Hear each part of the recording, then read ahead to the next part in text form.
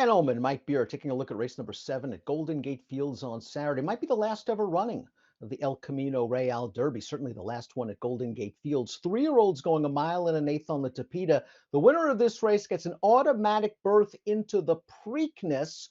And the number 6, Endlessly, is trained by Michael McCarthy, who used the El Camino Real Derby with Rombauer. And Rombauer won the Preakness in 2021. And Endlessly did some pretty good things on turf in California last year.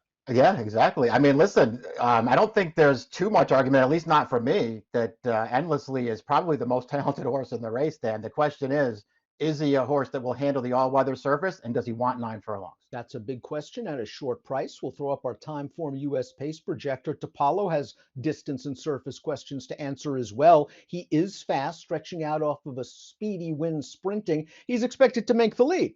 Does he want a mile and an eighth, and does he want synth? We'll find out. Two very big questions in front of Talio here, and you're not going to get paid even if you think he will get it, and you're right. Come Out Fighting figures to do just that, because this horse has speed. This horse has an inside post position. He showed the speed last time out in a $50,000 starter allowance. He was run down by Old Triangle, who's also in this race. So he's going to have to do a little bit better. But if he's a part of the pace, he could have a say in the outcome without even hitting the board. Exactly. I mean, if nothing else, he really improved since they stretched him out for his last 2 starts. I mean, he was pretty convincing when he won 2 starts back, even if you think he got, a pretty soft trip in there, and he kind of did. But he was impressive winning, and he ran fine last time. He was dead game through the stretch. He just got nailed. The number 2 is Grou, still a maiden, but a horse that's really bred for distance. Let's watch his most recent start, going a mile on the synthetic. He's going to try to come the long way around in here, and it looks for a second like he's got a big look at this thing. He'll end up settling for second. The dam was a grade 3 stakes winner going very long. I think something like a mile and 3/8. So give this horse a setup. Maybe he can come with a kick. Yeah, couldn't quite get there this time, but he runs okay in this race. 2 back, he was pretty badly compromised, I thought, when Come Out Fighting beat him that day. He just had way too much ground to make up, but he did put in another good finish that day. He wants pace in front of him here.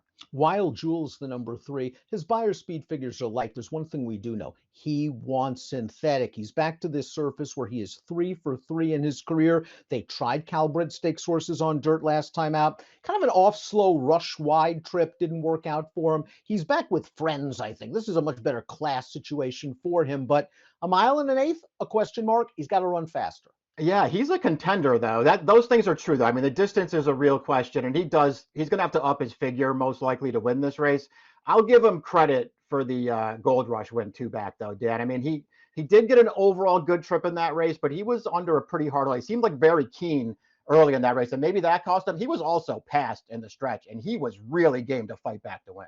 The lone filly in the field is the 4, Arctic Breeze, coming off a front-running score against Maidens. She was odds on. She got to the lead. She set 25 and 50 fractions, and that's just a recipe for a big win. Exactly. I just don't see it. She's also going to have to take the Lasix off for this race, moving into a stakes race. That's not going to help her. Just had all the best of it here, Dan. And then when you go into Formulator and take this field apart, it feels like she might have found the right one there. There wasn't much behind her. Old Triangle is the number 5. This fellow's won 3 out of his last 4 starts, including the game victory that we talked about earlier on against Come Out Fighting. Here is Old Triangle swinging to the outside. Now, he had Lasix on this day, but he's won 2 times without it in the past, and he's pretty gritty to win this one. Yeah, this is a good performance, too. He raided early in this race. He got to the outside, and I just like the way he finishes in here, Dan, to close this thing down right at the end. He's going to change leads right as they come to the stripes here, and he's just going to get up there another step in the right direction. He might have something to run at here. Not as concerned about the 9 furlongs with him as I am some of the others, but there were things to like. I thought Endlessly was one of the better 2-year-old turf horses we've seen in Southern California over the last few years, which might not be saying much because those horses have not exactly distinguished themselves.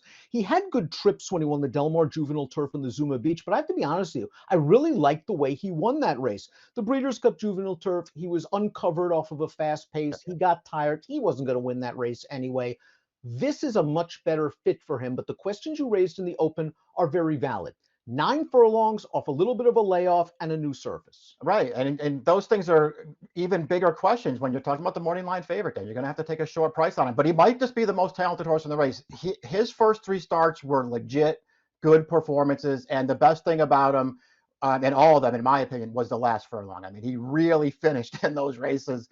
I think he's got a lot of talent. That doesn't mean I want to bet him at a short price in this race. His young sire's done pretty well with limited opportunities on synthetic surfaces, 19% winners. Topalo's by Tapiture, who wins only 10% with his synthetic routers, but the dams at least fold a synthetic winner going 2 turns. Here's his most recent start, going 7/8 in for the maiden waiver. Just set a fast pace from the start, 22, 44, and 2, opened up a clear lead. The other horses that were on the pace are gasping behind him. We talked earlier and we said when you watch this final 16th, you wonder if he can ever go 1.125 even in the back of a truck. But that being said, he did go a legitimate pace. Can he settle up front? Yeah, he did go a pretty solid pace, and he wins it easily too. We'll see. I mean, I guess the negatives for that performance, anyway, at least from my perspective, was it was a turn back, and it was a little bit of clash relief there, and he just kind of did what he was supposed to do. Maybe he'll handle the stretch out, and maybe he'll handle the surface, Dan. But I do think he's probably going to have to move forward one more time in here, and it's not like he's going to be a great price. The number 8 guy named Joe has a very strong pedigree. He's by American Pharoah, 16% with synthetic routers. That damn Hungry Island was a good horse for Shug McGahee back in the day, a multiple grade 2 stakes winner on turf. And maybe a guy named Joe is just slowly putting things together. He kind of steadied in the early portion of this race, was able to save some ground, got to the outside, Mike, and he's still a little bit green, but he's running. Oh, he flies at the end of this race to close it down. This is good stuff, and it's off of the back of his races 2 and 3 back then, where I would argue he was best in both of those, but he just didn't quite get the job done. This horse has a really big stretch kick. Now, the same questions that apply to Endlessly apply to him. Does he want the all-weather surface? Does he want 9 furlongs? Those are real questions, but he's not going to be the favorite in this race, and I think that makes him playable. Let's take a look at our top picks for the El Camino Real Derby. You're going guy named Joe. Why not? That was a very likable win. This is a horse that's been knocking on the door with the pedigree to improve. I think he'll get the 1.125. I think there's enough pedigree and class for him to get it. And it's really all about a trip. If you think this pace is going to be fast, isn't this horse going to be running at the end? Yeah, just if he handles the all-weather surface, and we'll just hope that he does, he should be a fair enough price to at least give him the benefit of the doubt, Dan. Sit back, make one run. I wish I liked Apollo more in this race. I wish I liked someone a little bit more, but I do think he's at least going to get to the lead. I liked what he saw last time out, but the distance and surface questions are huge, especially if this horse goes off at the second choice or so. 8653 for Mike, 7685 for me. It's the El Camino Real Derby at Golden Gate. Good luck.